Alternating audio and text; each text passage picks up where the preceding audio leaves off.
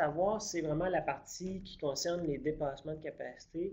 Il y a une modification, il y a un changement par rapport à l'ancien système. Dans l'ancien système, les secrétaires n'étaient pas en mesure de faire des assignations avec dépassement de capacité. Là, dans le nouveau système, ça va être possible. Donc, on pense que ça va réduire beaucoup le fardeau de travail, puis ça va alléger les processus. Donc, dans la dernière partie, je vais vous montrer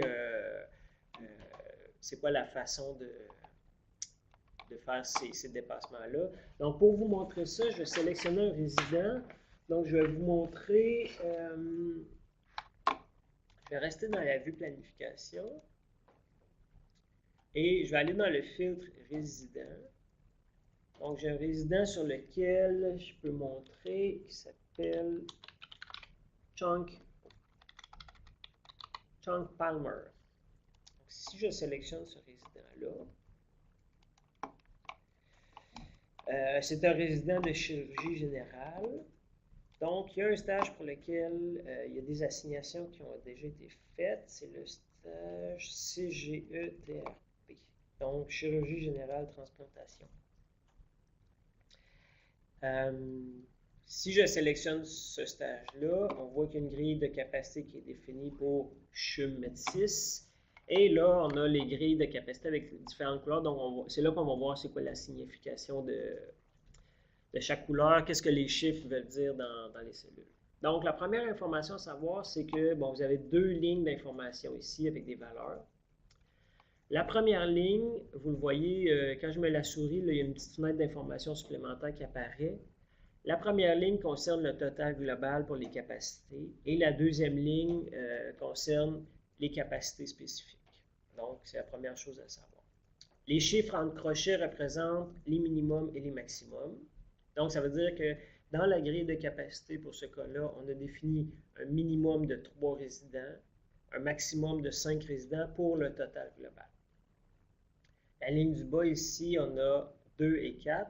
Donc, pour les résidents en chirurgie générale R2, vous voyez là dans la fenêtre d'information supplémentaire, le profil spécifique, la capacité spécifique qu'on a définie, c'est uniquement pour les résidents de chirurgie générale R2, ce qui correspond au profil du résident que j'ai choisi.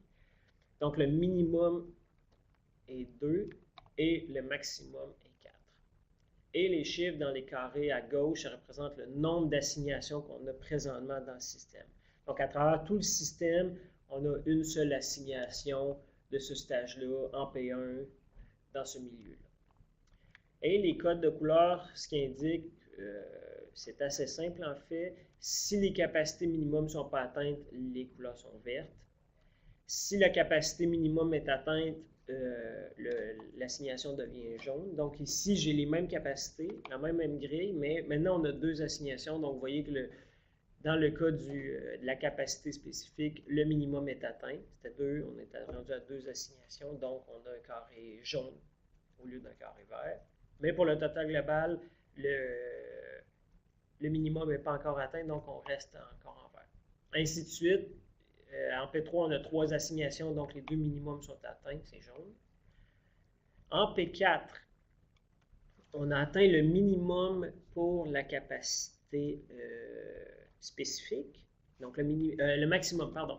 Le maximum était de 4, on est rendu à 4 assignations, donc la couleur devient rouge. Rouge, tout ce que ça vous dit, simplement, la capacité maximale est atteinte ou dépassée, donc il ne faut plus assigner là. N'assignez pas à cet endroit-là.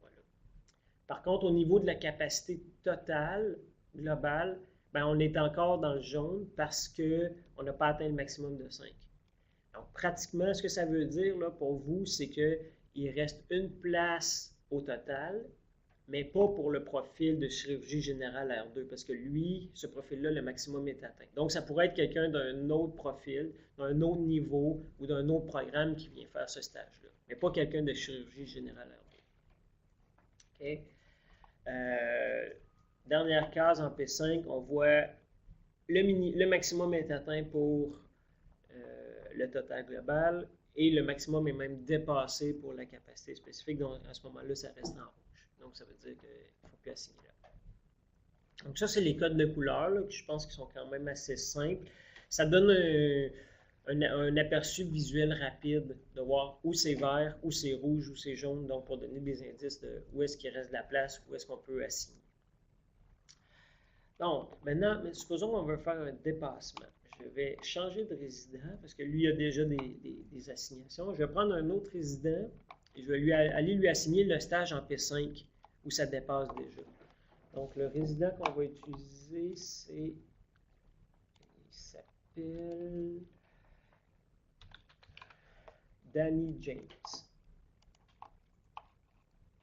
Okay. Donc, ce résident-là, c'est un résident de chirurgie générale R3.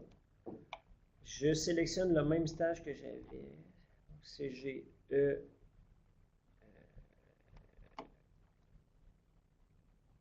TRP. Donc, j'ai la même grille, presque la même grille dans le bas. Okay? Donc, j'ai pris le même stage. Ce stage-là, c'est exactement le même stage que je viens de vous montrer. La seule différence, c'est la deuxième ligne. La première ligne est complètement identique dans les deux grilles. Donc, elle représente le total global. La deuxième ligne, ici, on a NA qui est marqué. Et pourquoi c'est marqué NA? Simplement parce que le profil qu'on avait défini là, pour cette capacité-là concernait les résidents de chirurgie générale R2. Souvenez-vous, là, dans le premier exemple, la capacité spécifique, c'était pour les résidents de chirurgie générale R2. Et si vous regardez le sommaire de ce résident-là, lui, il est en chirurgie générale R3. Donc, la capacité spécifique qu'on avait définie ne s'applique pas à ce résident-là. C'est simplement pour ça qu'on a NA qui est marqué ici dans la cellule. Donc, en résumé, ce que ça veut dire, c'est que pour ce résident-là, la seule capacité qui est importante, qui compte, c'est la capacité globale, le total global. Donc, supposons qu'on veut assigner ce résident-là en P5. Donc, vous avez fait les démarches nécessaires, vous avez validé que c'est correct qu'il y ait un dépassement avec les personnes appropriées. Si je veux faire une assignation, ben, je fais un clic droit tout simplement, comme un stage ordinaire. Je fais ajouter à l'horaire. Et la différence, c'est que au lieu de faire simplement l'assignation, comme on a vu tantôt, c'est que ça va ouvrir la fenêtre d'édition, l'éditeur de grille de stage, et il va y avoir des champs à remplir. Donc, l'information, ça, c'est ce qu'on a vu tantôt, l'onglet capacité d'accueil. On a l'information ici en P5, donc le total global, ce qui nous préoccupe dans notre cas. On voit qu'en faisant la nouvelle assignation, on va passer à 6. Le min est 3 et le max est 5, donc on va dépasser. Donc ici, il y a deux champs qui sont obligatoires. Premier champ, personne n'ayant autorisé le dépassement. Donc, je vais marquer mon nom pour ce faire ici. Donc, vous mettez le nom de la personne. Il faut indiquer dans l'autre champ aussi la date. Et la raison. Des fois, la raison est plus simple. Des fois, c'est parce que vous n'avez pas le choix. OK,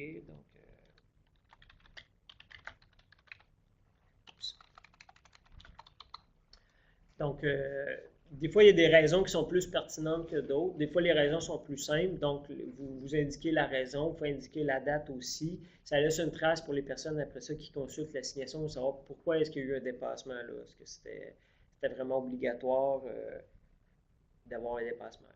Donc, je remplis les deux champs et après, je fais enregistrer. Si je laisse les champs vides, je ne serai pas capable d'enregistrer l'assignation. Ça ne fera pas l'assignation. Donc, les deux champs sont obligatoires. Je fais enregistrer et ça crée l'assignation. Ici, on voit, je ne sais pas si vous voyez bien sur votre écran, mais on est rendu à 6. Donc, le nombre d'assignations a dépassé, on est rendu à 6. Ensuite, si je réouvre l'assignation, j'ai toute la même information que j'avais. Et si je vais dans capacité d'accueil associée, j'ai encore les informations sur le dépassement. Donc, ça dit que c'est moi qui ai autorisé le dépassement.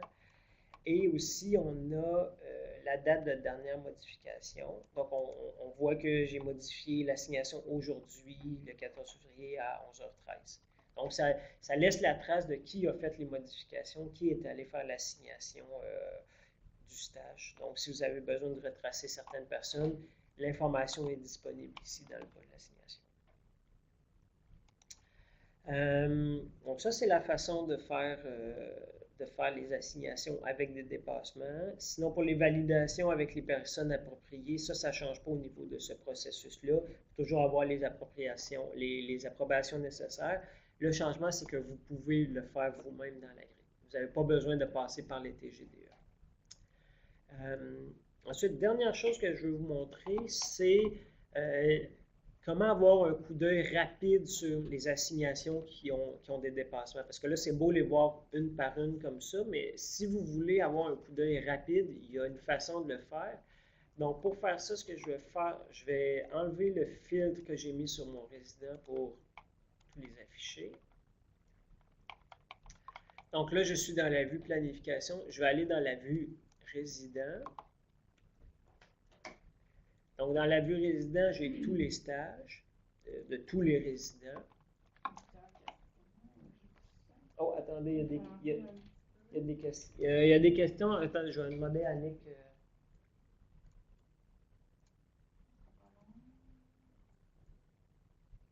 Est-ce que les milieux seront avisés lorsque l'option dépassement sera saisie? Non, il n'y a pas de validation, il n'y a pas il n'y a rien qui est envoyé au milieu. Donc, c'est pour ça que c'est vraiment important de faire le processus de validation avant de faire l'assignation. Parce qu'après, on peut consulter la grille, c'est ce que je vais vous montrer bientôt, pour voir où est-ce qu'il y a des dépassements, mais il n'y a rien qui est envoyé au milieu. OK. En fait, peut-être pour clarifier, lorsqu'il y a un dépassement de capacité, donc lorsque vous allez assigner en dépassement, ça présume que vous vous êtes entendu avec la personne, donc au préalable. C'est très, très important. Si vous allez faire un dépassement, Jérôme l'a expliqué, c'est vraiment parce que vous avez l'accord du programme. Le programme, lui, c'est sûr qu'il va être en mesure de consulter, il va le voir apparaître dans sa grille, qu'il y a un dépassement à ce moment-là. Je ne sais pas si ça répond. Est-ce qu'une autre personne peut effacer une assignation qu'on me demande? Non, seulement les secrétaires de programme qui peuvent aller faire ou supprimer les assignations. Les personnes externes ne peuvent pas. Donc, vous avez, dans le fond, de plein contrôle d'aller dépasser des assignations, mais évidemment, on se fie sur les gens pour qu'il y ait un échange, un accord, et que c'est sûr que si ça accroche, ben là, le vice-décanat pourra intervenir. L'idée est vraiment je vous dirais, de faire en sorte que ce soit plus rapide, plus efficient, là, que vous réussissez, vous entendez, vous allez placer le stage. Si après coup, il faut aller défaire une assignation, encore là, c'est à vous d'aller la défaire dans le système puis de réassigner un résident dans un autre stage. J'ai une réponse par rapport au stage à venir. En fait, on me dit une possibilité, là, parce qu'il n'y a pas l'option d'inscrire stage à venir. Vous pourriez toujours aller inscrire le stage, mais milieu reste à déterminer. Oui. Laisse-moi montrer. Non, je ne l'ai pas montré. Je peux montrer, je vais le montrer, ça serait une bonne alternative. OK. Donc, on pourrait y revenir à la fin. Si vous connaissez le stage, mais que le milieu n'est pas encore déterminé, ça serait une façon d'aller remplir vos cases pour ne pas laisser de grille vide. Là. Okay, on reviendra après là, quand Jérôme. OK. Donc, je vais vous montrer les filtres pour voir les assignations où la capacité dépasse, puis je vous montrerai après comment on peut assigner un stage sans milieu. Donc,